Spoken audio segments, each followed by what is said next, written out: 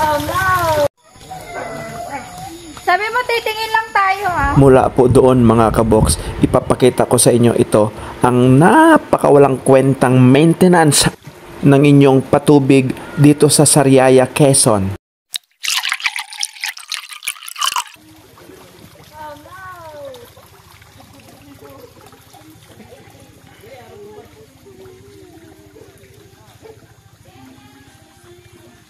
Hindi naman po ito reservoir, kundi ito po ay pribadong pool ng mamala tangke na dinadayo ng ating mga kababayan dito sa Sariaya, Quezon.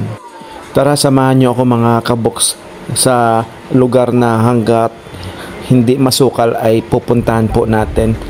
Kunyari, ating i-inspeksyonin itong patubig ng Sariaya, Quezon na nanggagaling sa source ng Mount Banahaw. Kahit summer pa yan, hindi mauubusan ng tubig sa yaman ng bundok na ito. Grabe, ang lakas ng leak. Meron din yung leak kanina sa una kong pinakita. Meron din dito. Oh, halos hindi na ito napupuntahan ng kung sino man ang nagmamanage nitong luwa ba to or under na ito ng Prime. Grabe oh.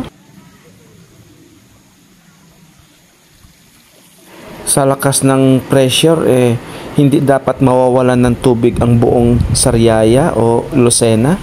Ang nangyayari mga kabox, every other day lang ang tubig nila.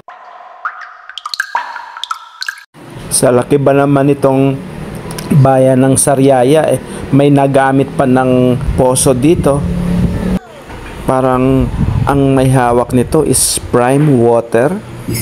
Ay kung gumawa ba naman sila ng reservoir para sa lalawigan ng Quezon, Sariaya, Lucena at ganoon din po yung Candelaria at sa Pagbilao.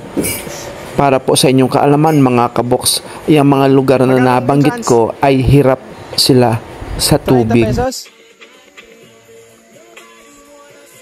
Mga bilyar nga ba ang may-ari nitong Prime Water? Pagtuunan nyo naman ng pansin para sa kapakanan ng ating mga mamamayan dito po sa Quezon. Kaya alaman nyo naman po yung pamumuhay nila na para maging maalwan sa tubig. Please lang, sa Bilyar family ako po ay nananawagan na ayusin nyo naman po at maawa naman po kayo. Wala pong problema tayo sa tubig na source. Ang problema po ay yung maintenance ng inyong kumpanya na ipinagkaloob na sa inyo ng gobyerno. Di hanggang dito na lang mga kabox at naway maipaabot po natin ito sa mga taong responsable na maging maganda ang pamumuhay ng ating mga kababayan dito sa Quezon. Thank you for watching and God bless us all mga kabox.